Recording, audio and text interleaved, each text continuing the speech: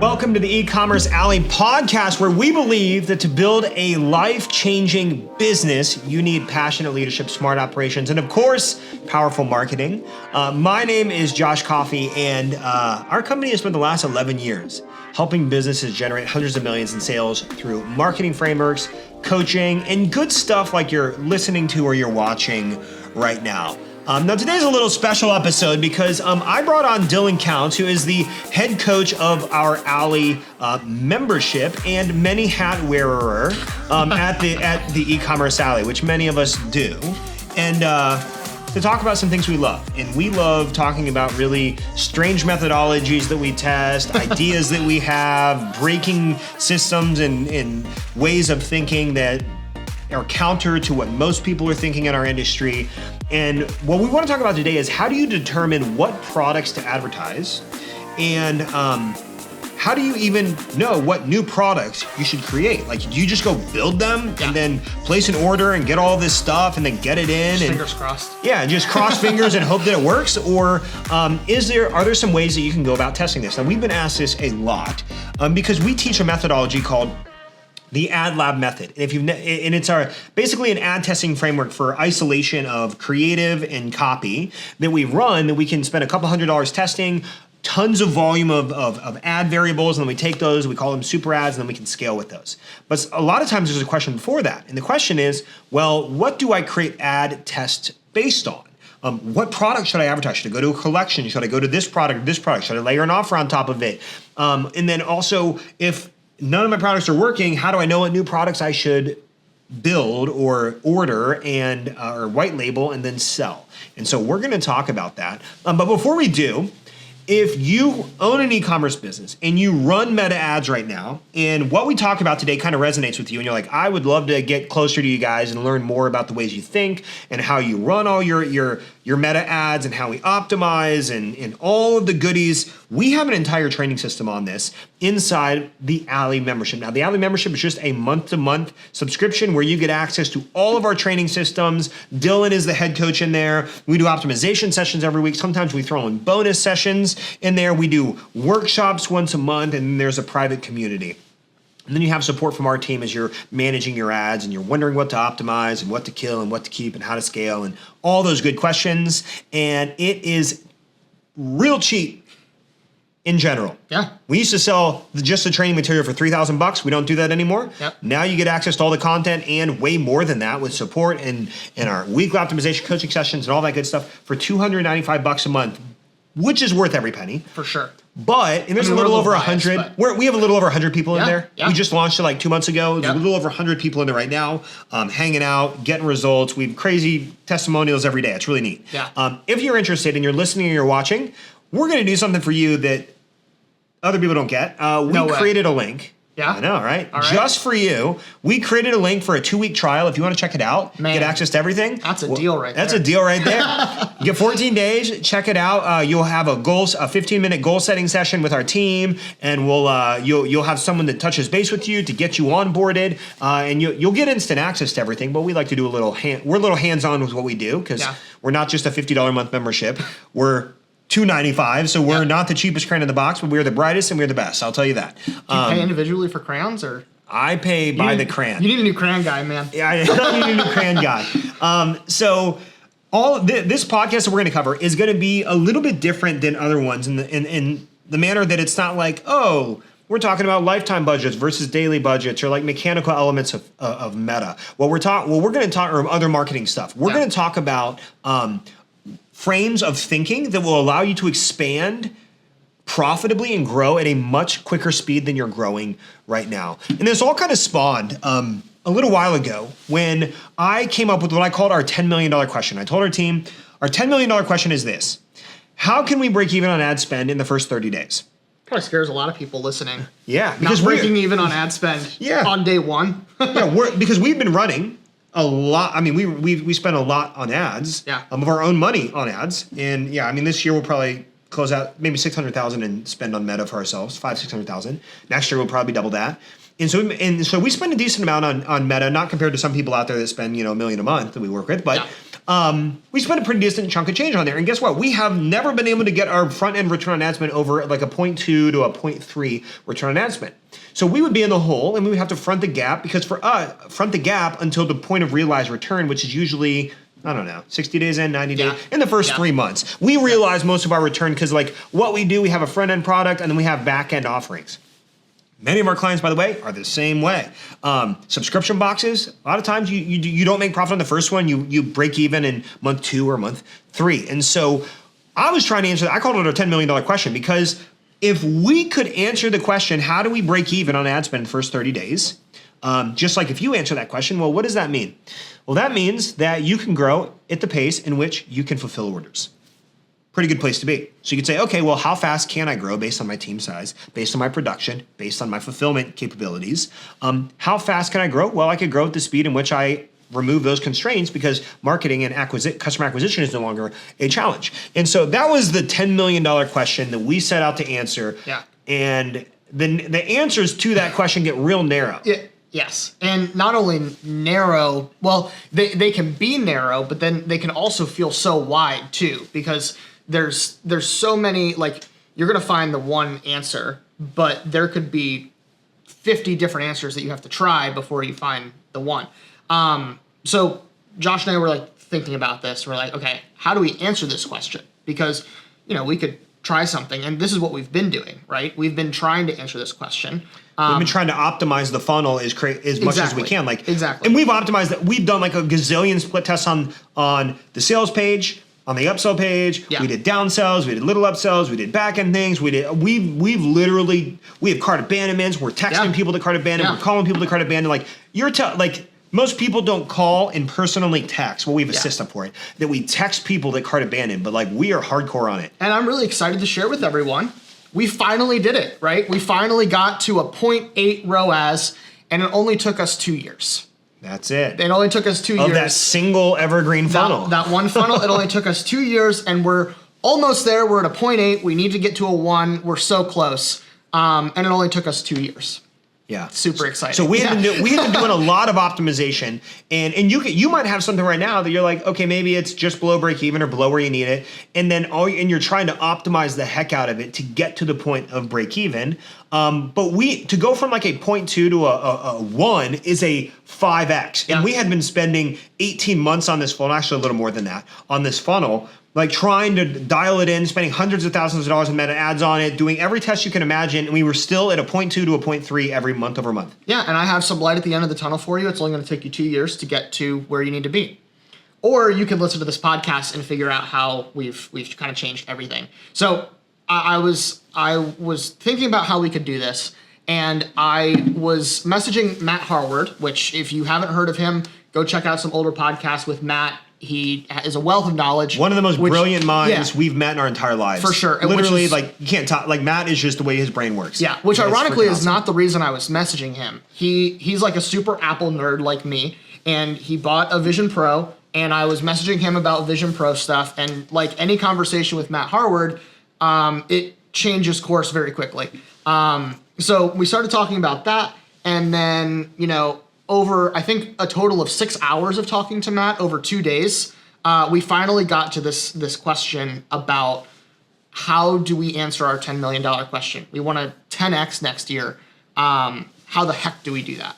So I started talking with Matt, and he kind of framed it in going all in on something. So he used an analogy of like poker players. You're walking into a room to play poker, and you walk past the world-renowned poker player, for this example, and you're walking past him, and every single person that walks into this room asks him, hey, what did you do to be the world-renowned poker player? And he says, well, I just went all in, right? That's how he was successful. So then everyone walks past him, and they're like, okay, all I have to do is go all in. Maybe that's what you're doing. You're going all in on one product. I just have to go all in to be just like this guy. So they all go in, they play poker, they go all in, every single one of them, and guess what happens? Maybe one of them succeeds, because statistically, you're not probable to succeed. So he kind of framed it for me like that. And that was like, it changed how I started thinking. So then I started asking him more questions around that. So, you know, you're looking at other businesses, you're looking at what you've been doing, and you're like, well, I feel like I'm all in. How do I not go all in? And that's kind of where this idea came from, in finding a way to not go all in. So I brought this to Josh and I said, okay, Josh, we have been trying to optimize our current product for 2 years, and we're finally here. We're at a 0.8. We're so close. So do we spend another 6 months optimizing to get to a 1? Maybe. Or maybe you have to sit at that hard reality and realize, oh crap, maybe this product that we created that took us, 10, 12 different ideas to get to this product, isn't the product that's going to get us to 10 million. And just to rewind a little bit. So this is our evergreen, we call them EPFs, evergreen product funnels. And we've been running this for, over 2 years now. Yep. And before that, we had tested 10 to 12 other product and offers and entry points. And all those were even worse. And those were worse results than this. So like we landed on this. And a lot of times when you get something that's working, you latch on. Yep. You set up shop. You say, this is the place. Yep. This is it. Because it's the first degree of success you've experienced. But the question is, well, if I want to get radically different results and better results, I have to do something radically different. But we're so it's hard to see outside of the lens of the comfort and the lens outside of what you know. And so the idea of continuing to explore is usually not in the forefront of our minds. Yeah, and it's really scary because we have this offer that is working and it has gotten us to where we are now. But you hear the phrase, what got you here won't get you there. And you like intuitively know that, but then to actually act on that is a whole separate thing, because you're like, well, this is working. So if I just go a little bit harder, it will just work better. The way I see it, just to put some numbers to this, optimization will only get you 20% better. So if you optimize, you'll get 20% better. And if you optimize for 2 years, great, now you've gotten 60% better, but it took you 2 years to do it. So we need to find the thing that instantly gets you 80% better. Then you can optimize the 80% better, and now you're 100% better. So that's what I kind of brought to Josh. You're like, okay, this is what we need to figure out. So I had this conversation. We were sitting at Tacos and Tequila. I was sharing this with Josh. It's a Mexican restaurant, by the way. That's fair. It's called Tacos and Tequila. Yeah, you'll hear tacos, TNT a lot around here. Yeah. So we spent time kind of trying to figure this out and thinking outside of our box. So, we spent, 3 hours or so. Well, at Tacos and Tequila, we were probably there for like an hour and a half. Mm-hmm. And we literally bulleted every single possible product idea that didn't exist. We were like, we're going to have to create these products. But if you find the product that works, won't you find a way to make it work even if it doesn't exist? Right? Yeah. That was kind of our thought. So we went back to your house. We get and what's interesting is so we come up with this idea and we're like, well, what's strange is we already do a lot of what we're about to tell you on the ads front. We tell people, don't go all in on 3 or 4 creatives you made or 2 or 3 headlines that you wrote. Yep. What would happen if you tested 25 or 30 headlines? And we have a testing framework that we can do that really fast. And so we have testing frameworks in our ads where we'll test 25 creatives in 3 days or 2 days. And we'll do it in what's called low fidelity or low threshold, where it doesn't take a whole lot of work and a lot of resource. And we'll test 25 headlines, 25 primary texts or 10 primary texts and 25 creatives. Well, guess what? Within that, if I was all in on 2 or 3, those could just be dead ends. But we go wide and we test a lot of stuff so that we find these outliers and we can scale in the ads. But the question was how do we do this in a product standpoint? Because if we want to create substantially better outlier results, then we need to figure out how to do this in a product environment, which is a lot more difficult because you only know from the confines of what you sell right now. But what if there was something that you could offer that was adjacent or very similar to what you're selling right now that is the ticket to maybe not even breaking even in the first 30 days in our scenario, but 2 times more profit? What if we had a 2 ROAS? What if we were doing double on that, not including our back-end stuff? Would that be worth creating and figuring out that product if you could prove that people are willing to pay for it in advance? And so this is where this whole concept came into play of most people set up shop and the first sign of success and lean into that product. Or maybe you're running ads and you're like, it's my best seller. And so you're like, best sellers on my shop, these are the ones I have to advertise. But what if it doesn't work as well to cold traffic? Yeah, and that's not your fault too, by the way, because that's what you've been taught. It's what everyone's been teaching. Go all in. Forever. Yeah, go all in. Go deep. Yeah. Optimize. Yes, like that is what every single person ever teaches. And this is why Matt is so fun to talk to, because he thinks differently than like anyone ever. So Josh and I are talking about this. So we decide, we write out all these ideas. We're like, all right, now we're going to order them in the way that we should accomplish them. The number one was the one that we thought would do best, right? Yeah. It was like, okay, what do most people want?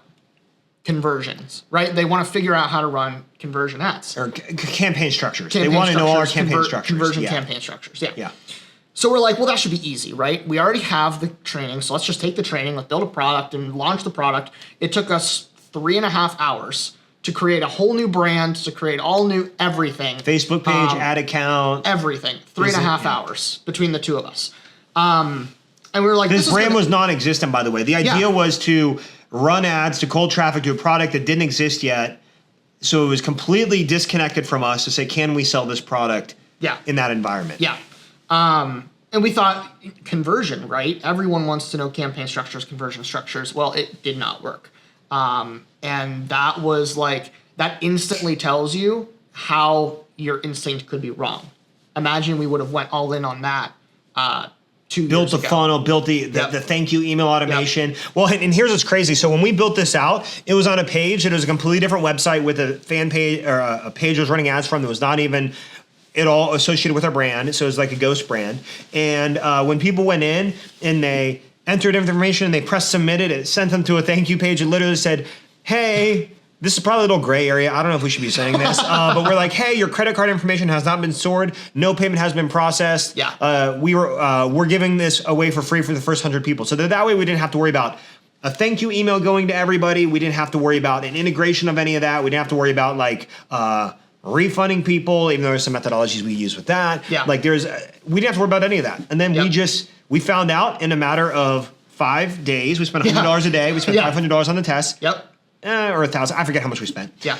It was under 1,000 that we were like, this is our tolerance to see if this is worth going all in on. And it was worse results than what we're like, substantially worse, like 2x worse than what we're doing already. So we wouldn't be able to optimize that down. Yep. And I just want to add a note here. A lot of times, the thing that you think is bad or not performing are the ads, when the reality is it's the product or the offer that you have. That's the most common scenario. You know, we work with a little over 200, probably actually over 300 now. That number keeps changing. Over 300 e-commerce businesses, and the ones that just skyrocket are the ones that they just test 5 products or they find the product that is just so unique and people love, and it just takes off. Yep. And so that might be what you need to do. That you need to find the next one or explore and build the next one. So, you know, we realized that this didn't work, and then thankfully we had this list from Tacos and Tequila, and we just went down the list. And we skipped a few because we were like, we wanted to try the things that we felt would have the best success to start. So we skipped a few, and then we went to this crazy idea, right? It was a crazy idea that we had talked ourselves out of multiple times due to multiple reasons, in the last year. In the last year, we've talked ourselves out of this idea because there were logistics, and there was, you know, we see other people not seeing success with this idea and all of this kind of stuff. But we're like, what if? You know, what if this is the thing? Because if it is the thing, we're going to find a way to make it work. Whether we have to hire new people, whether we have to optimize it, whatever it is, if it works to start, it's probably worth figuring out. So in a matter of, I kid you not, 24 hours, we build a whole new product, a whole new offering, a whole new everything. And we didn't even build a full sales page for it. We just literally used sales page. We used the stock page for it. Yeah. And that's it. We didn't even have a sales page. We just drove people to a link. And you guys have all heard of it. It's the thing that Josh mentioned at the beginning of this episode, the Alley. We built this membership in literally 24 hours in what we would consider a low fidelity test, where it's like, what is the bare minimum that has to be done to prove that this is a concept that will work? We were able to do it in 24 hours from literally creating the idea where we were sitting in our office and we're like, okay, so it's going to have this, it's going to have this content, it's going to have this many coaching optimizations, it's going to have a feed, it's going to have this and this and this. We build all of that out. Membership site and everything. Yep. And we're like, okay, I'm going to go build this. So I spent the rest of that night building out this membership, and we launched it literally 24 hours. The next day we were starting to sell it. Yeah. Sold 41 memberships in 3 days. Yeah. And it's not we're not a $50 a month membership. Yeah. Because our stuff is a lot, I like to say it's a lot better, but I haven't been through everyone else's membership out there. But in general, like it's high touch. Like we literally have a client success manager. It's a whole different experience. 2 coaches in there, like, and but it's really, really good. And we launched it. And we have over 100. I mean, it's whatever, producing a little over $30,000 a month in the first 60 days of launching it. Yep. And that was it. And that's how we knew. Because like you may be wondering, okay, well, how much do I have to spend, or how much do I have to test, or how much? You'll know. Yeah, you know right away. We literally knew right away. We knew overnight. I mean, we knew overnight even with the conversion lab, the conversion campaign structures. We knew in like $200. I don't have a good feeling about this, but we're like, all right, we're just gonna spend 5,000, whatever, 500 to 1,000, just to make sure. And that's honestly a problem you can get into, where you're like, well, we'll just give it a little bit more time. We'll see if it works. Yeah. But you will know overnight if something is the right thing. And I would add that, like, you think that, hey, well, it's not optimized. Meta takes like 5 to 7 days to optimize, which is true. We tell everybody, literally don't touch anything for the first week. Yep. However, if it is an outlier product, you will notice, depending on the budget's $5 a day, you're not going to notice on day one. Yes. But if you're spending $100 a day and you have a $50 AOV product and you have multiple ads in there, depending on how you're structuring the testing of this, you'll know within 24 to 48 hours. Like, you'll just know. Whatever the offer is, boom. People will be buying it. Yep. And you're gonna wake up to sales in the next morning in the first 24 to 48 hours. Yeah. And so the barometer is this: if the product is great, you're gonna get immediate traction for much lower cost per acquisition than the other campaigns that you're running. If the product or offer is bad, you're gonna see worse results or the same results, which is dangerous, because then you start pursuing something for the same results. Why would you waste more resource and energy there instead of optimizing, which you already have? But that's what we look at. Like, you get immediate traction if it is a true outlier. You get no traction, worse results, or the same result if it's not worth pursuing. Yep. So the way that Matt kind of explained this to me, the way that I explained it to Josh, and then we've kind of built on this now, we use an analogy of like cities, right? Josh kind of touched on this at the beginning, but you can kind of feel like you're building your business in the same place you've always been. For us, we're in Ashland, Ohio, middle of nowhere, like an hour from Cleveland, an hour from Columbus. 20,000 people. Yeah, so maybe you're building your business there in Ashland, metaphorically. And you can only see so far. You can only see so far into the horizon. But there's a Manhattan out there. You could have, put your business in Manhattan. And you would have so much more opportunity, so much bigger market cap, all of that kind of stuff in Manhattan. So you can't build a business in a small town.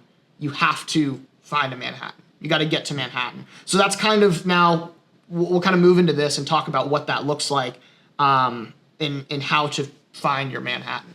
Yeah, and I would also just add that you can't, like Dylan just said, like you can't build a big business in a single stoplight town. You need to get to Manhattan. Yep. So like we're not a single stoplight town. No, we're a little bit bigger. If I were to look at our phases, like the first 10 to 12 products that we like tested, that we're trying to figure out the offers and the entry points before we found the one that got us to a 0.3 and has been really, really good for us in general. Before we got there, those were like single stoplight towns. Yeah. And we kind of like stopped for a little bit. It's not even like it could have been like a farm town without a stoplight. Like they're lucky to have a stop sign. It could have been those because they were pretty bad. They were pretty bad. Like the results. So if you think of your product, or in this example here, the metaphor here is like the product is the town that you're stopping in. Yep. And you always grasp on the first success that you have, but maybe that success has you kept in a single stoplight town when there is an Ashland that has 20,000 people. Wow, and like a whole 20,000. Now we have 10 stoplights instead of one. Yeah. But if we stop in Ashland, then we don't get to the Columbus that has 1 million people, or we don't get to the Phoenix that has 6 million people, or the Manhattan that has 8.5 to 9 million people. And so we often get stuck in that. And so the philosophy that we like to live by around here is assume failure, test fast, exploit success. Most of it's going to fail, so have that expectation. So, but to counter that, just test things really fast so that when the outlier results present themselves, you can exploit them. Exploit them in the terms of optimize, go deep, test further, and continue to get these better. Because you can't 20% optimize your way from a 0.2 to a 1 return on ad spend where we were trying to accomplish there in anything short of many years. Yeah. The way that I see it is like in the example of testing fast or assuming failure, right? Look at a map of the United States. Take a dart, throw a dart at the map of the United States. What is the probability that you land on a large city? Very slim, right? If you look at the top 20 cities of the United States, there's a huge area right in the middle where there's nothing. Sorry if you live there, but there is nothing there. So, you throw a dart right in the middle, nothing happens. Maybe that's what you did with your product. You threw a dart, metaphorically. You throw a dart. That's kind of what we did. We threw a dart, we found the one that worked, and then you kind of build a radius out from that product. Now, if that radius doesn't hit one of those large cities, well, let's just optimize, make the radius larger until we hit a large city, right? Well, that's great. But now you're just optimizing, and what are the odds that you're able to increase the circle so much that you actually get to Manhattan, or that you encompass 5 major cities in that one dart throw? Probably pretty slim. So then what we're going to kind of talk to you about now is how can we throw darts so fast that, if you throw 100 darts, 95 of them are probably going to fail. Yeah. But 5 of them are going to hit a major city. And then you're gonna find success with those dart throws, but you have to throw a lot of darts in order to do it. And I would say that a lot of we grew about 200% this year as a company and 58% last year. So like our speed of growth has continued, but it's also been in proportion to the speed in which we test things. Yeah. And so speed is the name of the game if you want to get through this. Because if not, if you try to go deep and spend a lot of time on each individual product and test like we're going to talk through here and how we kind of do some of this, it's going to take you a long time. You're going to burn out and you're going to run out of cash before the end. So the question is, how do you get speed in an environment that you're trying to test? If you want to test fast, you're going to need speed. And how do you get speed? Well, there are 2 things you look at. You have low fidelity or lo-fi, and then you have high fidelity or hi-fi. Yep. And so I just like lo-fi. Lo-fi is just great. Sounds good. We like to listen to lo-fi. Yeah, that too. And so lo-fi, low fidelity is like, hey, it doesn't take a lot of work, not a lot of resource. We're not going deep. Like hi-fi or high fidelity on their other hand is like saying, okay, hi-fi is going all in. That's saying, hey, that conversion-based training course that we wanted to launch, that was it. We built the funnel, we set the thank you email, we built a 30-day series following up after that. We primed the sales team to call these people and make sure they got access and like that. And then we ran all these ad tests and we launched them into campaigns. That is high fidelity. That is snail speed. So an example of that for e-commerce would be, okay, I'm going to source the product, I'm going to find the product, I'm going to order the product, I'm going to have demos, now I'm going to do product photography for the product, then I'm going to find a bundle for this product, and I'm going to build the bundle, I'm going to build the sales page, I'm going to launch the ads, and then statistically, that dart throw is right in the middle of like Kansas. Yeah. And now you've built all of this out, and your heart is broken. Your heart is broken. You've wasted all this time right in the middle of Q4. You're like, I have this great idea. Throw the dart, it fails. Yeah, that's the example of that in e-commerce, and it's. And you have to learn to move with speed, and it's more of a frame of thinking. So low fidelity is a frame of thinking when it comes to testing and identifying new opportunities. And so a great situation that we had, or a great story of this, is actually a couple weeks ago. 2 weeks ago we had or 3 weeks ago we had an in-person intensive. We were down in Orlando. A lot of clients flew in. We had this really cool thing. And then we're like sitting around the pool with Kylie, who owns like she owns a t-shirt brand. It's like kind of Disney-ish themed t-shirt stuff. It's really, really cool. While we were there, we were at Walt Disney for our event. So like people recognized her and were coming up, which is really cool. And so Kylie is also like an artist. She's so talented. Yeah. She's done illustrations for us. She's really, really awesome. And we're sitting around this pool and we're talking. She's like talking about like, well, I came up with like, I did some fine art stuff where she took fine art and then she put like Disney-ish stuff on fine art, which was just it's so unique. But she's like, so what I'm gonna do is it has to be separate from the brand because it's completely different. So what I'm gonna do is I'm gonna take Q4 to go build the site for that in that new brand and then get some of these fine art prints up there. And I found a print on demand person I can work with. And we're just like, whoa. We're like, Kylie, that is like, why? We were like, why are you going to spend a whole quarter doing this? And she's like, well, because I'm going to go build this site and all this. And we're like, okay, here's a better idea. Just take the graphic that you have, throw it on a product page on your existing website. Yeah. Yes, it's fine art versus t-shirts, very different. Yeah. Throw it on a page, make the page just private that only if you have a link do you get there, and then go run $500 in ads, just go whip up 1 or 2 ads, spend $500, drive them to that product page. And if people like it, they're going to add it to the cart. They don't care that you sell other stuff. They're going to land there. They're going to like it. They're just going to buy it direct response. Or if it's a bad idea, nobody's going to buy it. And then guess what? You just saved yourself 3 months of work and all this heartache in building out like a whole different email system and different website and all of this. Anyway, she goes, and we said, and this should be something you launch in less than 24 hours of work. Her mouth dropped, by the way. She's like, when I told her that, she's like, I don't think that's possible. And I'm like, I bet it is. You just have to lo-fi, you have to do the bare minimum that's going to prove the concept. Yeah. And I think it kind of broke her brain for a second, but now seeing what she did, by the way, it looks amazing. Her page, even though because I think the problem here was that her brand is quirky. Like, it's in the name, it's quirky. So selling fine art on a quirky brand, it just, the brand message doesn't match up. But even the way she did it, it's really good. And she did $700 in profit. Yeah. The first day. She ran like a couple $100 in ads, $700 in profit. Yeah. That's profit, not gross. Yes. And so now guess what? She has found the next big city. Yep. Maybe that's her Manhattan. Maybe it's not. She found the next big city. So now she's beginning to build upon that and continue to expand the radius within that. Yeah. And then now you've proven that, okay, this might be worth developing a new brand and a website and all of that. Because now you have the confidence to move forward. I have another example from the alley, someone in the alley. Connor was trying to lower his CPMs. He's in like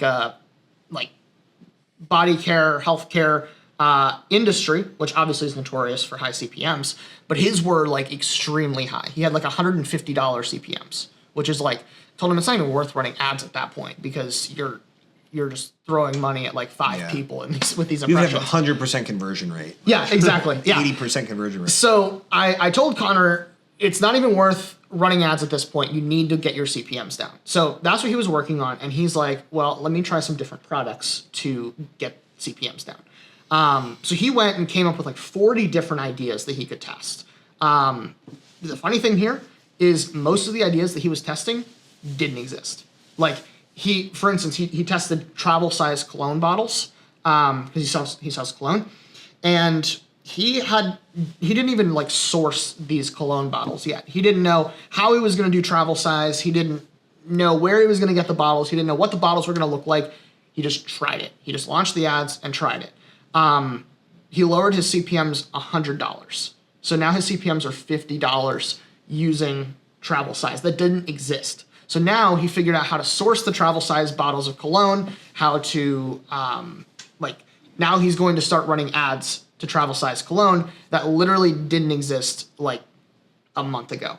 So using this system, he threw 40 darts at the map and he found the 2 that landed in a city. Is that city Manhattan? That's the question.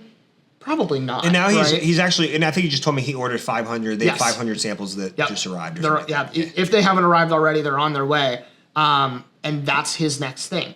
But then the question is, well, is that the thing? So we'll get to that in a second. But you want to give another example of?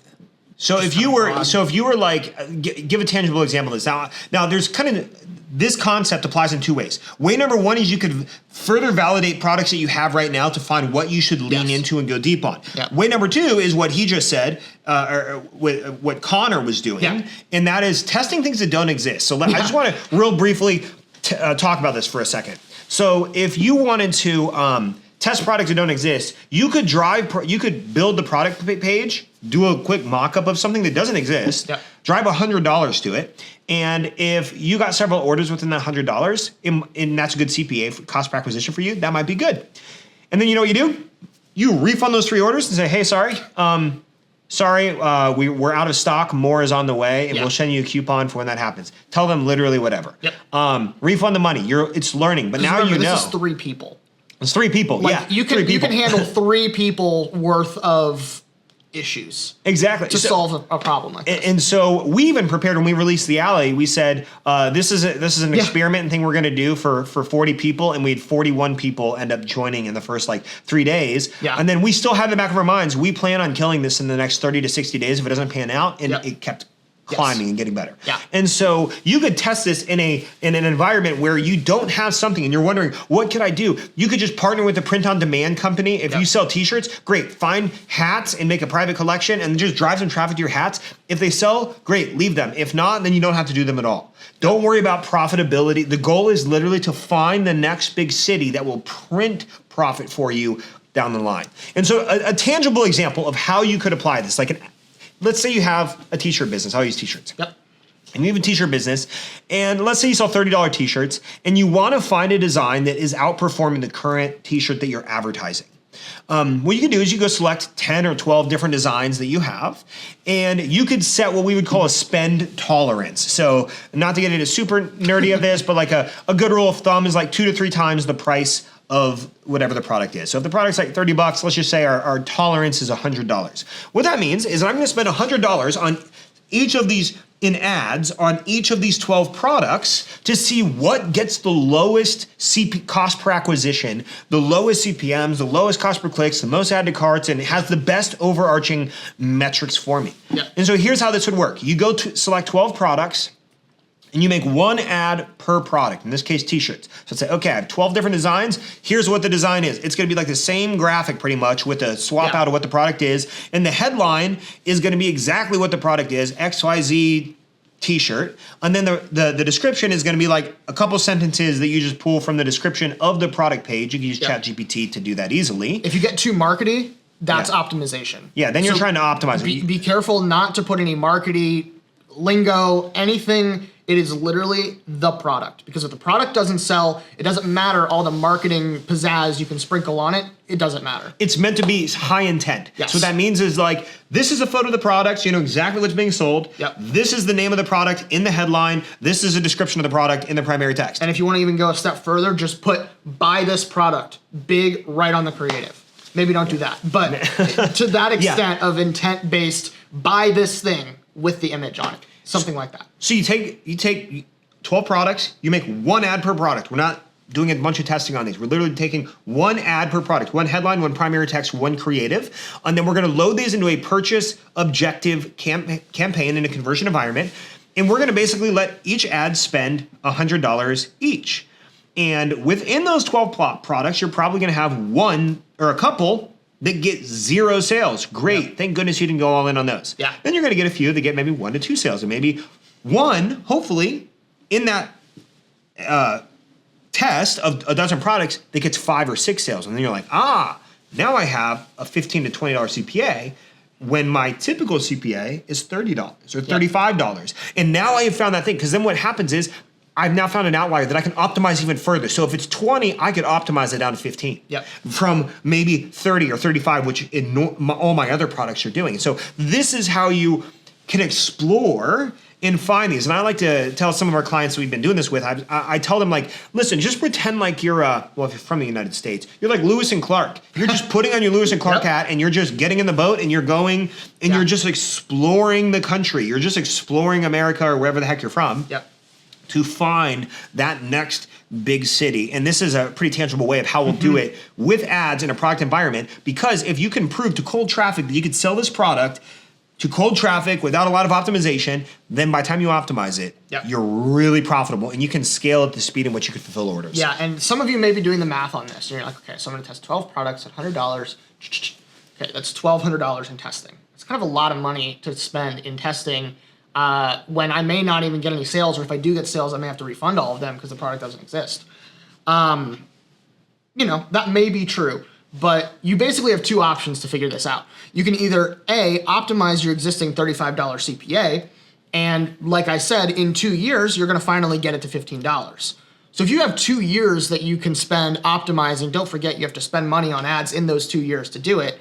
Or you could just say, you know what, I'm gonna test it now, $1,200, see what happens, and then find that $15 CPA. So you're not only expediting the speed, but also you're still spending less than you would in 2 years. I wouldn't even want to know how much money we've spent / wasted trying to optimize our existing offer, when if we would have just spent all that money testing new products, what we could have found. And I even like to think like, okay, so let's say you do all 12 and none of them is an outlier.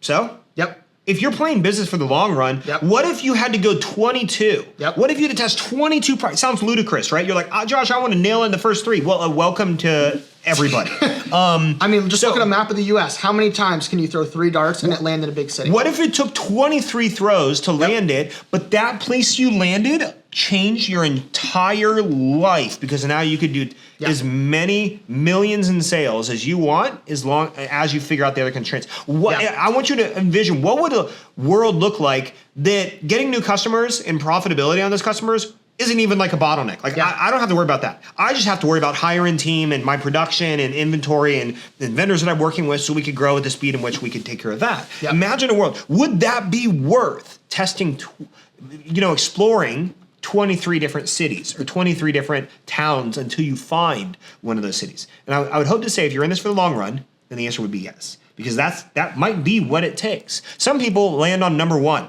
Some people land on number 3 or number 4, or number 5, or number 12. For us, we landed on, it was number 12 or 13 that finally took for us, but we aren't quite in the Manhattan yet. And as we continue to exploring, it's then opened up this whole new wave of opportunity and things that are now achieving the goals that we want, that we're growing at the speed that we can grow. Yeah. So kind of an example of this, because you may be thinking, well, I see all these other brands and they just launch a product and they just do so much better than me. And you kind of feel bad about yourself because, well, these other brands are able to just spin up one product and figure it out. Well, I have an example that I think works really well for this. Apple, the largest company in the world. They're at a $3.48 trillion valuation right now. Do you think that they got there by doing the same thing that they did when they launched back in 1976? No, they literally had to go through the same process to find their Manhattan. So the way that I look at it, if you're not an Apple nerd like I am, I'm going to try and break this down for you. They started in 1976 with the Macintosh. It was a computer. And it did pretty well for them. Well, in time, it did well for them. To me, I would see that as Boston. If you look at the top 20 cities in the United States, Boston is the smallest, largest city of the 20. So they're like, okay, let's try to branch off of the Macintosh to find more products that will sell better than the Macintosh. So they launched printers. Printers were like Ashland for Apple. If you look back at how long Apple sold printers, it was not very long. So they tried printers, and then they tried displays. That was the same thing. It didn't do anywhere near what Boston or what the Macintosh was doing. It was another small town.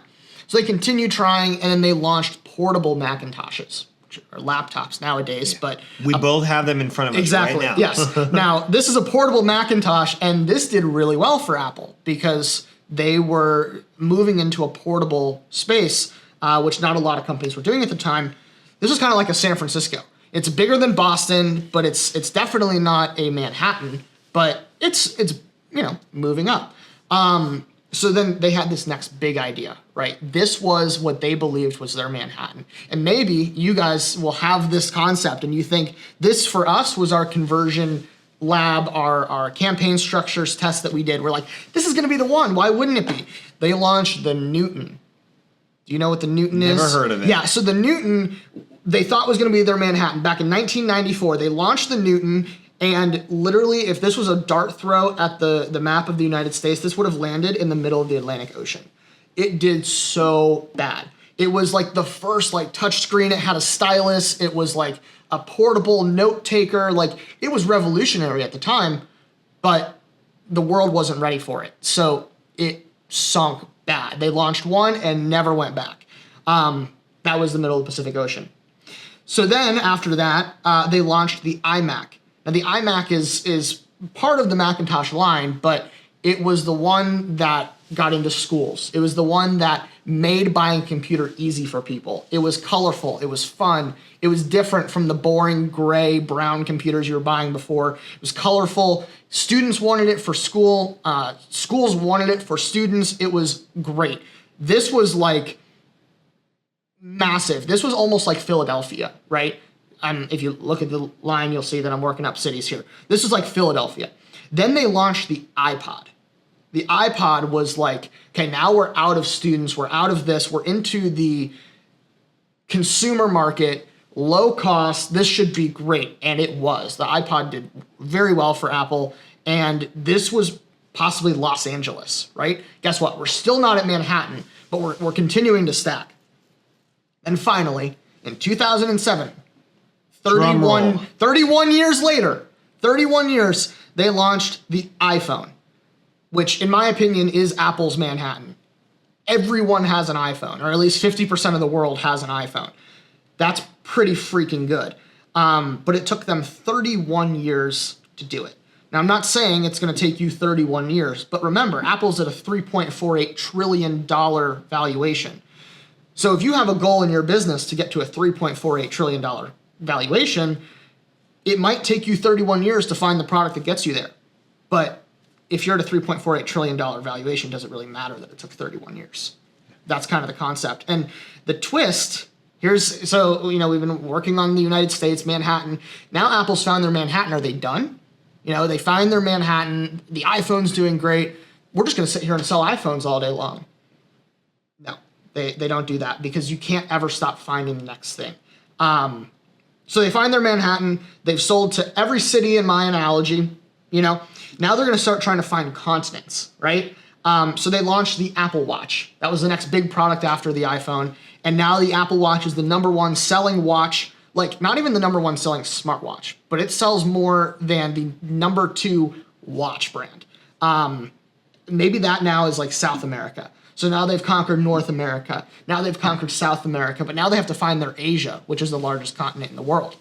They have yet to even find that. So if you think that you find your thing, you might only be in Philadelphia, you may only be in San Francisco, but you will never be done. Apple is not done finding their next product. You won't be done finding your next product. You'll just keep exploring, and as soon as you find your Manhattan that you think, oh, this is the thing that's going to get me to $1 million a year, are you going to stop at $1 million a year?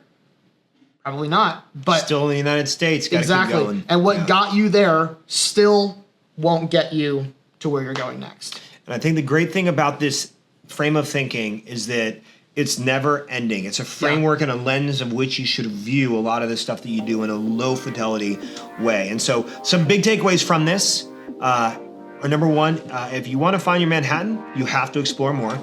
Number 2, assume failure, test fast, exploit success. Number 3, keep it low fidelity, don't overthink it. And number 4, Manhattan is a metaphor for unending exploration. Hope this was a cool podcast. A little bit different. We got to we love talking this stuff. We're super nerdy, so we talk about this on an ongoing basis and refine philosophy and ways of thinking as we go and as we continue to test things. But if you feel stuck, you might have just set up shop in Ashland, Ohio with 20,000 people, and you need to continue exploring to find your Manhattan.